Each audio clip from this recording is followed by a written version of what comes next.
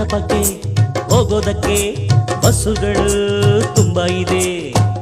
ಸ್ನೇಹಿತರಿಗೆ ಜಾಗರಣೆ ಜಾಗ, ಬಂಧುಗಳಿಗೆ ಶಾಸ್ತ್ರಗಳ ಯೋಗ. ಹೆಣ್ಣು ನೋಡೋಕೆ ಇದು ಒಳ್ಳೆ ದಿನ, ಹೆಣ್ಣು ಕೇಳೋದಕ್ಕೂ ಇದು ಒಳ್ಳೆ ದಿನ. ನಿಮ್ಮ ಸಂಬಂಧ ನೋಡಿಕೊಂಡು ನಮ್ಮನ್ನು ಕೂಡಿಕೊಂಡು, ಸಂಬಂಧ ನೋಡಿಕೊಂಡು ನಮ್ಮನ್ನು ಕೂಡಿಕೊಂಡು ಉಂಡುಕೊಂಡು ಹೋಗ ಬನ್ನಿರಿ.